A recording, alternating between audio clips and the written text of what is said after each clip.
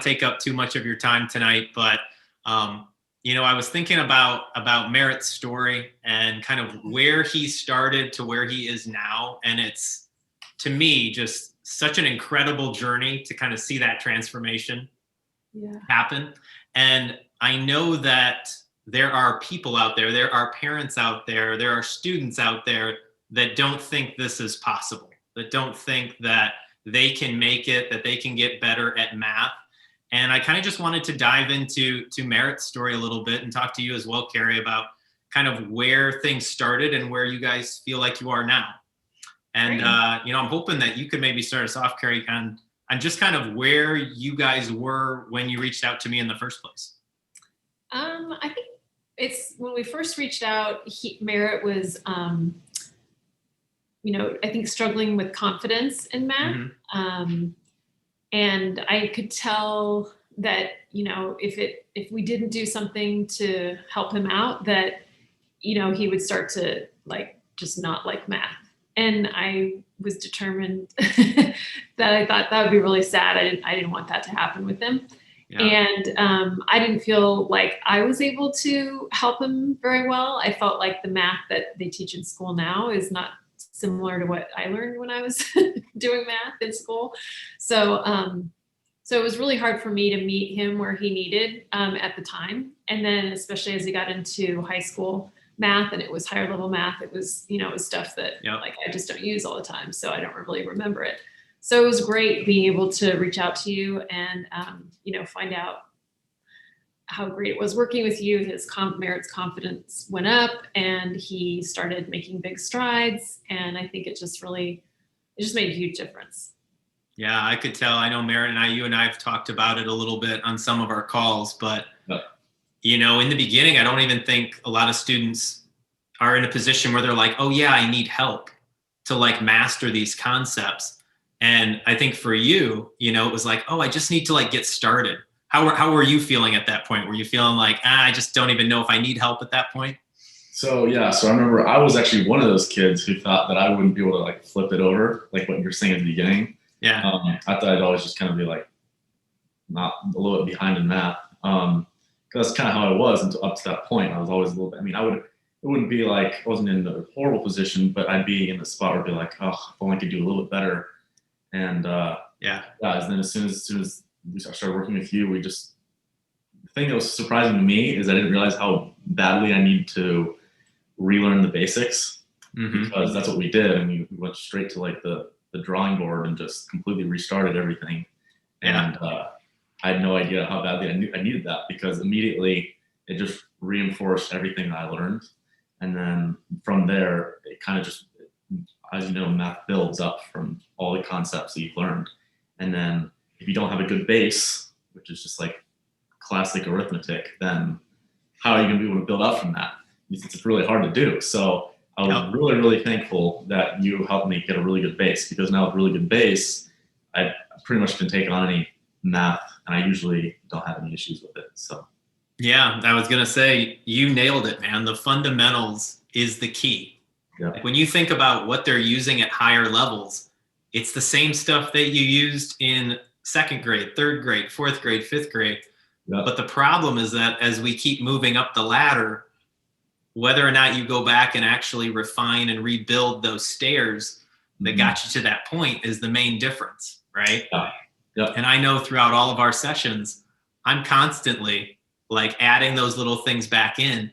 But for the most part, man, you have that stuff locked down and it's not a problem anymore, right? We're focusing on that higher level content. And I don't have to keep reminding you about those things because you've mastered it, right? Exactly. Yeah. So how are you feeling right now, in your Algebra 2 class? Are you feeling confident with that foundation? Yeah, currently I have a 99% in the class. So that's awesome, man. Doing really well, yeah. So, really confident in it. Come on, you couldn't get 100%? What's wrong with you? Actually, I was 100. I was at 101. And then it went down a little bit, but not just because I didn't get 101% on the other assignments, so I had to go down.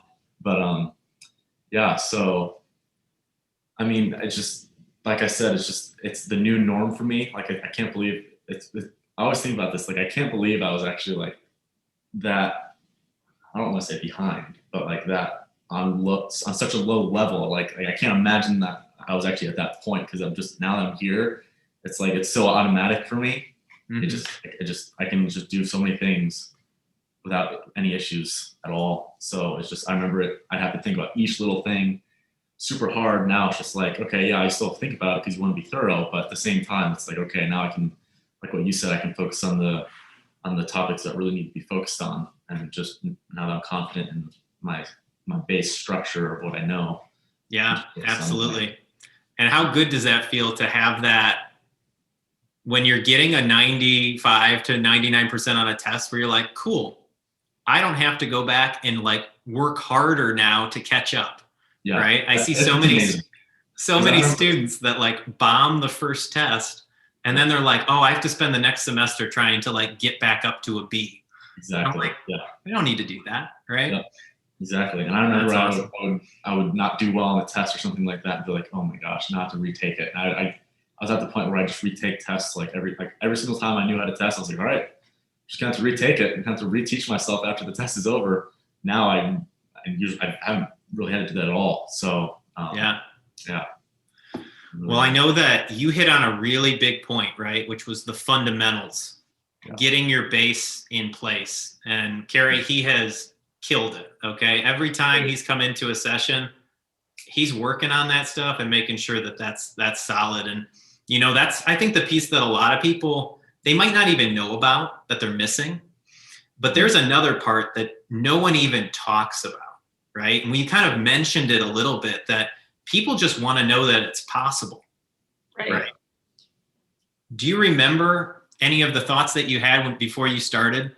I hear things all the time, Merritt. I'm terrible at math. I'm a slow learner. I can't get this. This is impossible. Yeah. Do you think that those were ideas that were kind of flooding through your mind in the beginning?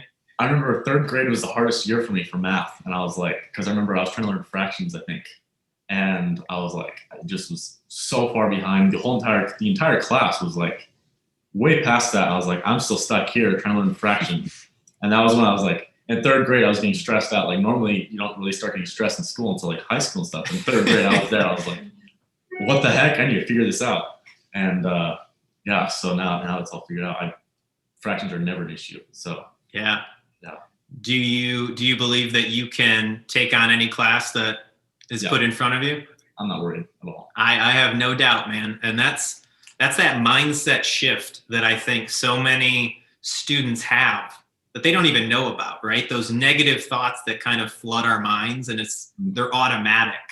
You can't really stop it. You just kind of have to replace it with something that's positive.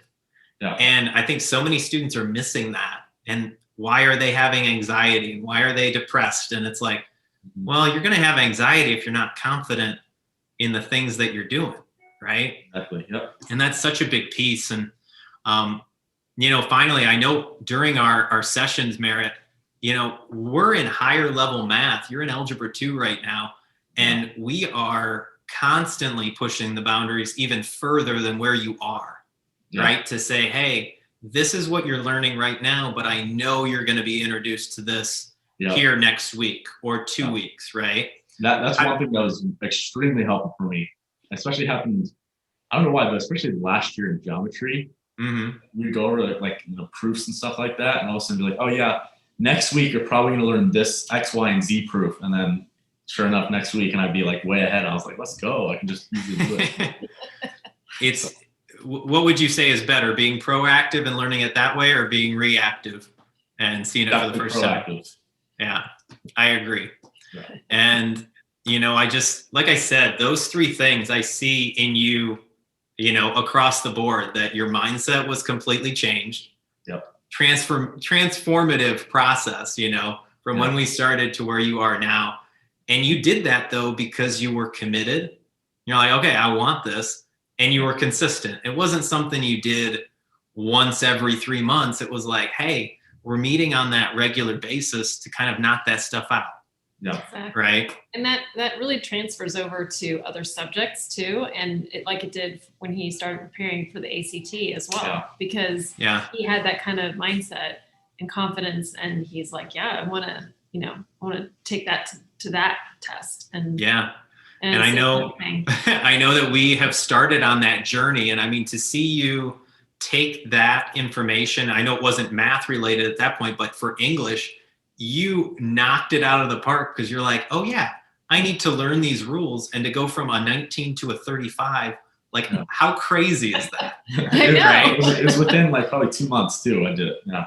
Mind boggling that, any of those sections on the ACT can be prepped for in a similar way. Yeah. You just have to get your mindset around it to say, okay, this is just like any other test. Exactly. Any other part of this test, just like English, math is the same way. I got to be focused. Yep. I got to know what they're asking me. And you're on that journey, right? Yep. It's going to take a little bit more time to get there because math is that vast, right? Mm-hmm. You got a lot more pieces.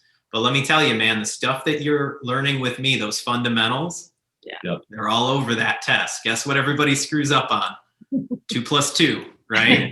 Yep. 1/2 plus 3/4. Anything like that is where people are having problems. But I know that, with your work ethic, with your determination, your drive, you can put in the time and figure out your mistakes and learn from them, Merritt. So that's the biggest thing that I want to deliver to you, right? Is I want to turn you not into somebody that can just answer a math problem, but somebody that can be an independent problem solver that, society is going to want to be like, oh yeah, this guy can get it done, right? No matter what it takes. I know you're going to push through. So guys, thank you for jumping on the call with me tonight. It's always a blast to just chat with you guys and rehash just those positive journeys that I've had with students. So I really appreciate you taking the time to jump on. Thank you, Kyle. Thanks for everything. We appreciate it. Yeah, thanks, guys. Well, I hope you guys have a great weekend. Stay warm. Yeah. And we'll catch up with you next week. Okay, Merritt?